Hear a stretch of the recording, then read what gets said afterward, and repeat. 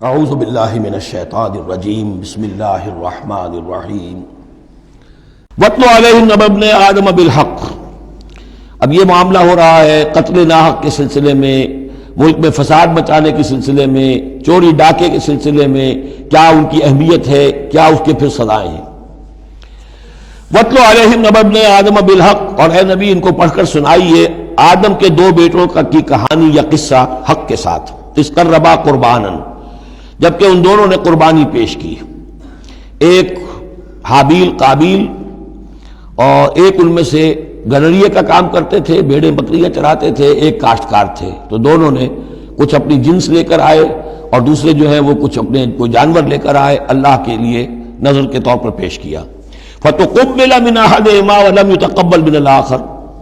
تو ان میں سے ایک کی بھی جو قربانی تھی قبول کر لی گئی اور دوسری کی قبول نہیں کی گئی۔ یہ کیسے معلوم ہوا؟ یہ میں بتا چکا ہوں آپ کو کہ اس وقت کا معاملہ یہ تھا کہ قربانی کی قبولیت کی علامت یہ ہوتی تھی کہ آسمان سے ایک شعلہ سا نیچے اترتا تھا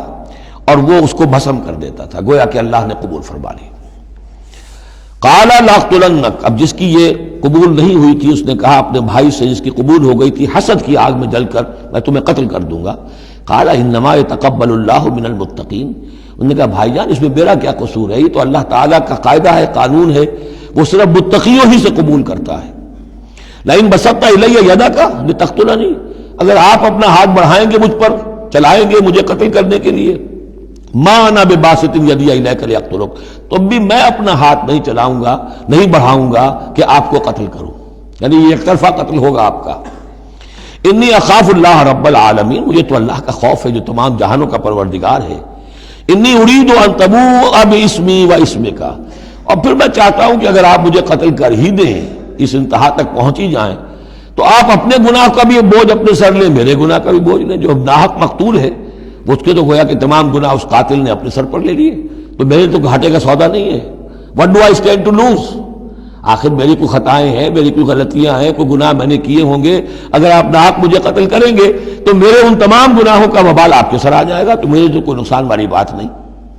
انی ارید ان تبوء باسمی واسمک فتکون من اصحاب النار، اور یہ ہوگی سخت ترین سزا میری طرف سے آپ کو کہ پھر آپ ہو جائیں گے جہنمی، وذالک جزاء الظالمین، اور یہی بدلہ ہے ظالموں کا۔ فطوعت لہ نفسہ قتل اخیہ، اب اس کے نفس نے آمادہ کر ہی لیا اسے اپنے بھائی کے قتل پر، یعنی ان الفاظ میں بٹوین دی لائنز یوں سمجھیے کہ ہے اس کے اندر بھی وہ تو رہتا ہے نا حق اور باطل کی ایک کشاکش اور نیکی اور بدی کا غلبہ، قتل کروں یا نہ کروں، آخر بھائی کی باتیں بھی آئی ہیں، وہ دل نشین ہے، لیکن یہ کہ نفس جو ہے اس وقت اس کے اندر جو بھی شیطنت گھسی ہوئی تھی، اس نفس نے اسے آمادہ کر ہی لیا اپنے بھائی کو قتل کرنے پر، فقتلہ، تو اس نے انہیں قتل کر دیا۔ فاصبح من الخاسرین، ہو گیا تباہ ہو جانے والوں میں۔ فبعث اللہ غرابا یبحث فی الارض، یہ پہلا خون ہے جو نسل آدم میں ہوا ہے، تو اللہ تعالیٰ نے کوے کو بھیجا، وہ زمین کو کریج رہا تھا۔ اب اسے قابیل کو یہ سمجھ میں نہیں آ رہا تھا کہ میں کیا کروں، ابھی لاش جو ہے بھائی کی اس کو کیسے ڈسپوز آف کروں، تو اللہ تعالیٰ نے ایک کوے کو بھیج دیا، وہ زمین میں جیسے آپ کو معلوم ہے چونچے مارتا ہے، اس میں سے کچھ دانے نکالتا ہے، وہ دیکھا یبحث فی الارض لیریہ، تاکہ اللہ اسے دکھا دے کیف یواری سوءۃ اخی، کہ اپنے بھائی کی لاش کو کیسے چھپائے۔ قال یا ویلتی عجزت ان اکون مثل ھذا الغراب، اس نے کہا ہائے میری شامت، میرے اندر اس کوے جیسی بھی عقل نہ تھی، نہ ہوا میں اس کوے جیسا بھی کہ مجھے یہ بات خود سوچ جاتی، فواری سوءۃ اخی، اور میں اپنے بھائی کی لاش کو چھپا دیتا۔ فاصبح من النادمین من اجل ذلک، اس چیز پر اس کے اندر بڑی شدید ندامت پیدا ہو گئی۔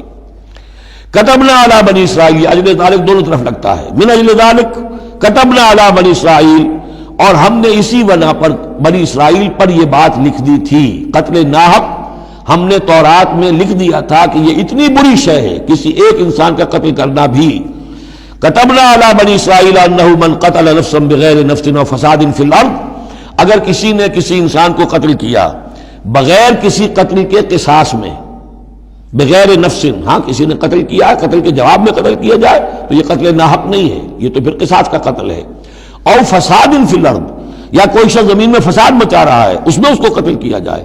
یعنی کوئی قصوروار ہے، مجرم ہے، اس کو سزا دینے میں قتل کیا جائے تو بات اور ہے، کسی بے قصور انسان کو اگر قتل کر دیا گیا فکأنما قتل الناس جميعا، تو یہ ایسے ہے جیسے کہ اس نے تمام انسانوں کو قتل کر دیا، پوری نوع انسانی کو۔ کیوں؟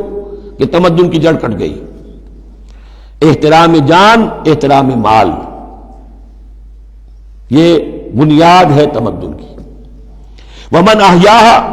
اور جس نے ایک انسان کی جان بچا لی فکأنما احیا الناس جميعا، تو گویا کہ اس نے پوری نوع انسانی کو بچا لیا۔ وَلَقَدْ جَاءَتْهُمْ رُسُلُنَا بِالْبَيِّنَاتِ، ان کے پاس ہمارے رسول آئے تھے واضح نشانیاں اور تعلیمات لے کر۔ ثُمَّ إِنَّ كَثِيرًا مِّنْهُمْ بَعْدَ ذَلِكَ فِي الْأَرْضِ لَمُسْرِفُونَ، لیکن اس کے بعد بھی ان میں سے بہت سے لوگ ہیں کہ جو زمین میں اسراف اور فساد اور دسترازی کرتے پھر رہے ہیں۔ صدق اللہ العظیم۔